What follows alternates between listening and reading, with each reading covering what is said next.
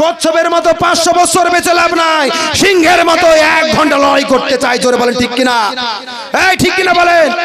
1 ঘন্টা লড়াই করে বাঁচতে চাই। রাজি আছেন তো? এই পথে নামতে পারবেন? কালকে যদি আপনাদের ইমাম ডাক দেয় পথে নামতে পারবেন? এই আন্দোলনের বিরুদ্ধে যদি কালকে আলেম সমাজ ডাক দেয় যে পথে নামতে হবে, বহরমপুর মার্কেটে নামতে হবে, আন্দোলনে ওয়াকফের সম্পদের খাতিরে নামতে পারবেন? নামতে পারবেন? নামতে পারবেন? বলেন ইনশাআল্লাহ। খবর কি শুনেছেন? খবর কি আপনাদের কাছে আছে? খবর আছে? খবর আছে? বলবো বলবো ওয়াকফ বিল। ওয়াকফ, এই ওয়াকফ কাদের সম্পত্তি? কারো বাবার সম্পত্তি নয়, এটা আমাদের সম্পত্তি, মুসলমানের সম্পত্তি। আজ কার হাতে? আজ কার হাতে? ঘুম কবে ভাঙবে বাবা? এ যুবক ভাইরা, ঘুম কবে ভাঙবে? বাবরি মসজিদ চলে গেল, ঘুম ভাঙার দরকার নাই, ঘুমিয়ে থাকো। সম্বলে মসজিদ চলে গেল, ঘুমিয়ে থাকো। খবর নিয়েছেন কালকে পরশু বিল পাস হলো, আজকে আপনার উত্তর প্রদেশে ফতেপুরে আপনার 20 একর কবরস্থান, 300 বছর কবরস্থানকে বুলডোজার চালিয়ে যোগী সরকার দখল করে নিল। খবর আছে? খবর আছে? কি হচ্ছে দুনিয়াতে দেখছেন? আরে ওয়াকফ, ওয়াকফ বুঝেন তো? ওয়াকফ আল্লাহর নামে যেগুলো উৎসর্গ করা হয়েছে, মসজিদ বলেন, মাদ্রাসা বলেন, দরগা বলেন, আস্তানা বলেন, কবরস্থান বলেন, মুসলমানের কোটি কোটি সম্পদ নাই? আপনার গায়ে কবরস্থান নাই? কাগজ ঠিক আছে? কাগজ ঠিক আছে? কাগজ ঠিক আছে তো? ভুল। এই দেখুন সমস্যায় পড়ে গেলেন বাবা। এমন সম্পদ আছে 300 বছর পুরানো, কোনটা 500 বছর, কোনটা 700 বছর, কোনটা মোগলদের দেওয়া জমি আছে। এইবার বলুন সেই কাগজ এখন থাকতে পারে? থাকতে পারে? এমন সম্পদ আছে, অনেক মানুষ বলেছে আমার 10 বিঘা জমি যাও, আমি 1 বিঘা আল্লাহ রাস্তায় দিয়ে দিলাম, কাগজ করা নেই। এমন সম্পদ নেই? আহা, সে সম্পদ কেড়ে নেওয়া হবে। কার হাতে চলে গেল? আজকে বেদিনরা, আজকে কাফের হুকুমত, আজকে সরকার নিজের আন্ডারে নিয়ে নিল। এত কিছু খাওয়ার পরে তার পেট ভরল না, তার চোখ গেছে মুসলমানের সম্পদের উপরে, ওয়াকফের উপরে সম্পদ গেছে। আজকে লোকসভায় আজকে বিল পাস হয়ে তাদের হাতে তারা ক্ষমতা নিয়েছে।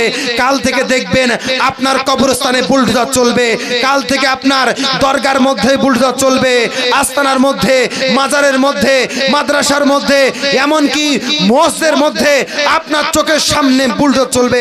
আপনি দাঁড়িয়ে দাঁড়িয়ে দেখবেন, দাঁড়িয়ে দাঁড়িয়ে দেখবেন। দিন আসছে, ভগবান গোলাতে, ওই আপনার গভীর রজনীতে আমি মাওলানা মইজুদ্দিন মাঝারি আপনাদের সামনে বলে গেলাম, কথা মিলিয়ে নিবেন।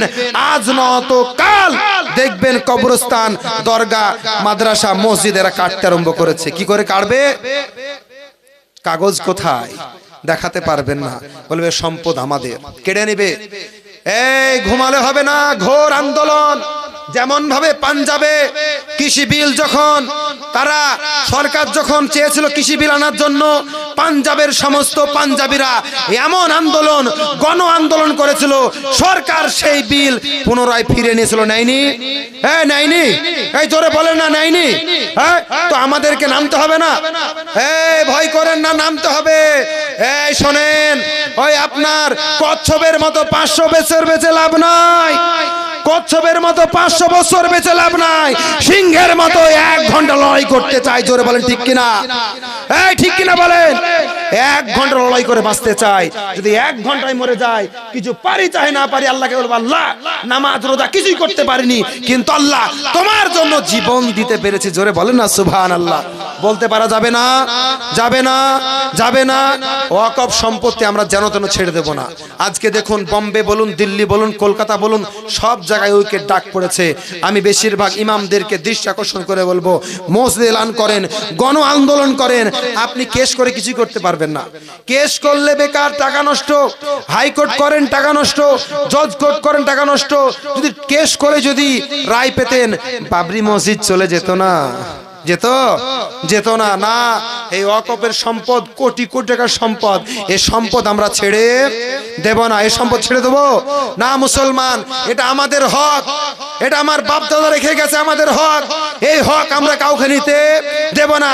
যেমন করে হোক, পথে নেমে হোক আর আপনার গণ আন্দোলন করে হোক, এই বিলকে প্রত্যাহার করতেই হবে, করতেই হবে। এটা আমাদের ঈমানি কর্তব্য। এটা কি আমাদের ঈমানি কর্তব্য। সব জিনিস দাঁড়িয়ে দাঁড়িয়ে মুখ বুজে সহ্য করলে হবে না। একজন মার্ডার করছে, পাশের জন দাঁড়িয়ে দাঁড়িয়ে দেখছে, বলছে তুমিও আসামি, তুমিও কি, কেন ও মার্ডার করলো তুমি দেখলা, মানা করতে গেলা না কেন? প্রতিবাদ করেছো, হাতে না পারলে মুখের মধ্যে প্রতিবাদ করেছো। মুসলমান, জবাব কিন্তু দিতে হবে। কোরআন ও হাদিসের ভিত্তিতে আপনাদেরকে ওয়াকফ সম্পত্তি রক্ষা করতেই হবে। ভেবে নিয়েন না যে ওয়াকফ সম্পদ রক্ষা করতে আল্লাহ আবাবিল পাঠাবে, এটা ভেবে নিয়েন না। যদি আবাবিল পাঠায় আমাদের উপরে গজব আসবে কেন? আমাদের শরীরে ক্ষমতা আছে, শক্তি আছে, আইনত লড়ার মতো আমাদের ক্ষমতা আছে, কাগজ কলমে লড়তে পারবো। বাড়তে বসে থাকলে হবে? হবে জি মুসলমান, প্যারে মুসলমান। তাই আমরা চেষ্টা করব ওয়াকফ বিল সরকারকে আবার পুনরায় ফিরে নিতেই হবে, না হলে আমরা এই আন্দোলন চালিয়ে যাব যতক্ষণ পর্যন্ত এই আন্দোলন প্রত্যাহার না হবে, বিল প্রত্যাহার না হবে। আন্দোলন চালিয়ে যেতে আপনারা রাজি আছেন তো? ইনশাআল্লাহ রাজি আছেন তো? এই পথে নামতে পারবেন? কালকে যদি আপনাদের ইমাম ডাক দেয় পথে নামতে পারবেন? এই আন্দোলনের বিরুদ্ধে যদি কালকে আলেম সমাজ ডাক দেয় যে পথে নামতে হবে, বহরমপুর মার্কেটে নামতে হবে, আন্দোলনে ওয়াকফের সম্পদের খাতিরে নামতে পারবেন? নামতে পারবেন? নামতে পারবেন? বলেন ইনশাআল্লাহ, বলেন ইনশাআল্লাহ, জোরে বলেন না যে ইনশাআল্লাহ। ইনশাআল্লাহ বলেন হুজুর।